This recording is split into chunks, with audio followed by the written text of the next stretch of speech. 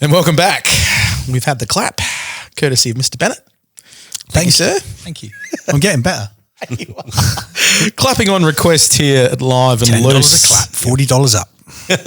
Isn't that the merch for the D-Tats? That's it. Yeah. Same price as the clap. Actually, speaking of merch, I have to give you some very cheeky plug first. These stubby holders, check them out. All right, jump on the Facebook page. 46 brat. These are the best stubby holders I've seen in a very long time. There you go, mate. So any bands coming on in the future, there's the benchmark. You don't come in with a stubby holder, it's no deposit, no entry. Those, I think these are seconds because that says 45 brigade. Look, Craig just checked. He's like, hang on a minute. Jesus, no wonder we got discount. Got them checked too. Do jump on, obviously, their social medias, websites, Instagram. You can download all their music on Bandcamp and all major streaming platforms as well. Got a good line of merch there as well. Do check it out. Keep supporting local bands as much as you can, particularly at this time as they're all doing it really, really tough. Go out and see a gig, buy some merch. If Sean's there, buy him a drink. No. I'd rather you bought merch. Oh, really? And merch. Get the merch because the merch is so important. Yeah, it is too. You can't beat coming home with more merch. Exactly. Just another shirt to wash. Yep. Okay, Craig, it's your time to speed date. Okay, looking forward to it. We're going to learn all about you. Are you a dog or a cat person? Definitely dog. Okay. Yep. Bourbon or scotch? Bit of both, actually. I've got a nice bottle of scotch at the moment that I'm sort of making my way through, but probably bourbon. Yeah. Okay. Where did you get that bottle of scotch from? Very good friend of mine that's come to quite a lot of gigs, actually, recently. Name's John Corey. Thanks, John. Hey, John, if you're listening, we'll tag you in this. It's a beautiful bottle of Glenmorangie. Very nice little malt, so it's nice. Yeah. Very nice. Favorite brand of guitar? Right, okay. It would have to be, it's always been, for me, Yamaha, believe it or not. Oh, okay. But I've changed my mind lately because I've that was only due to not having the money to buy a Gibson or a necessity.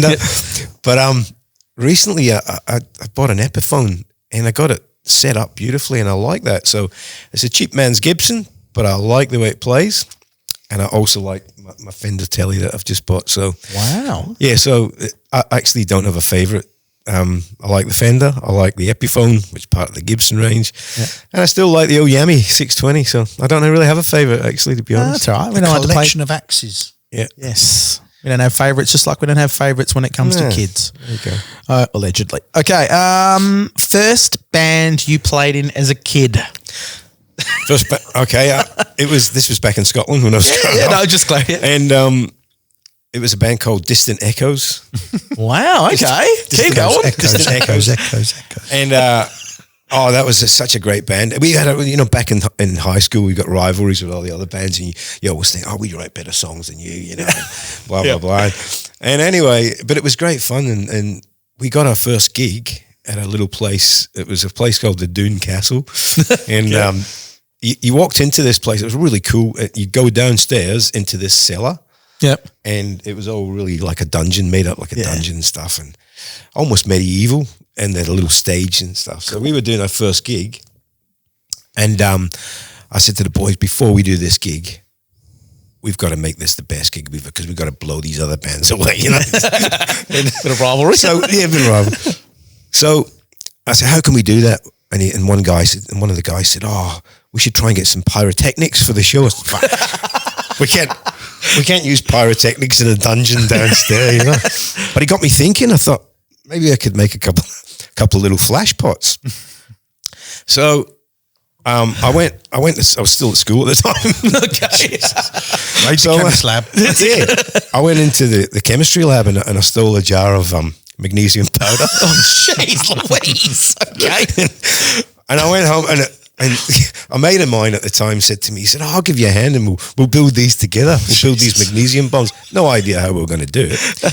So I said, but how are we going to set fire to the magnesium? He goes, well, we'll need to make some sort of a spark and then that'll ignite the magnesium and it'll come off, Okay, so do you know anything about electricity or something? He goes, nah, not really. He says, but if you tie a bit of fuse wire across the end of a coat hanger, the current will go through and it'll blow it and it'll make a spark and the magnesium will go off. Oh, jeez, Louise.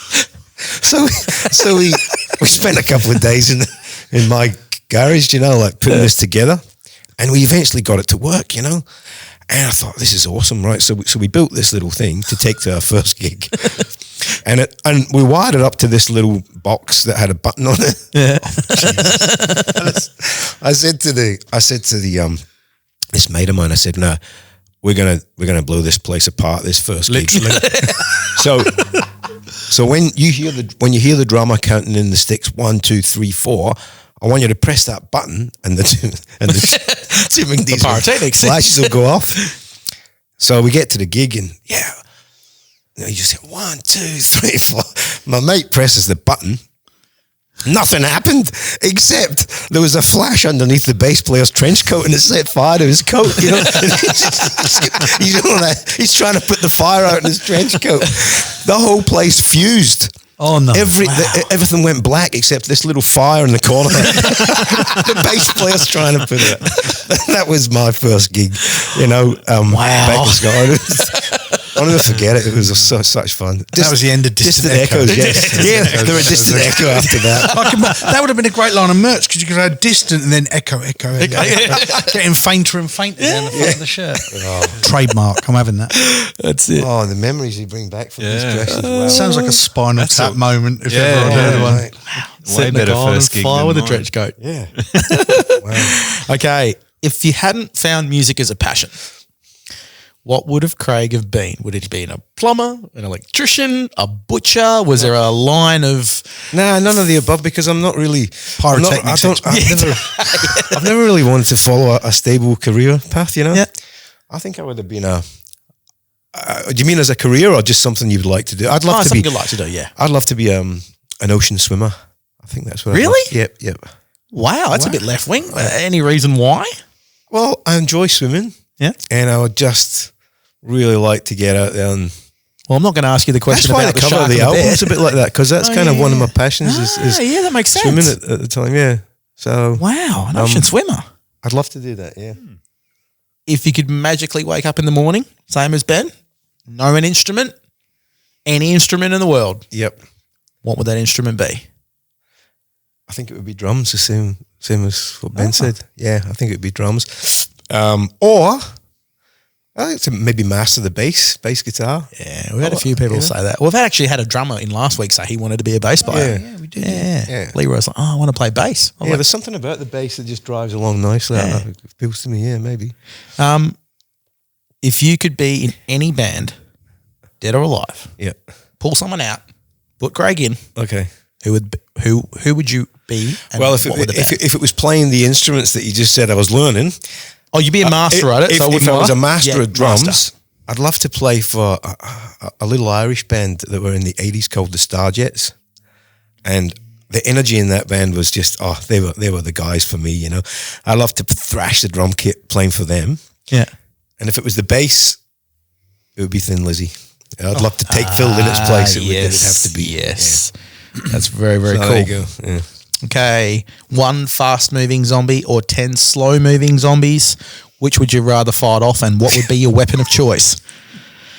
Definitely fast moving, get it over and done with. Really? With a screwdriver. Oh, Yeah. It's a classic. It's a classic 80s Dawn of the Dead instrument. Oh man, no, I'm not it. Oh no, that gives me the shit. Oh, it creeps, Okay. Can you remember your first gig that you actually got paid money for 46 Brigade? Where was that gig? Don't think we've actually been. Moving on, next question. Okay. Can you remember? Reverse the future. It'll happen.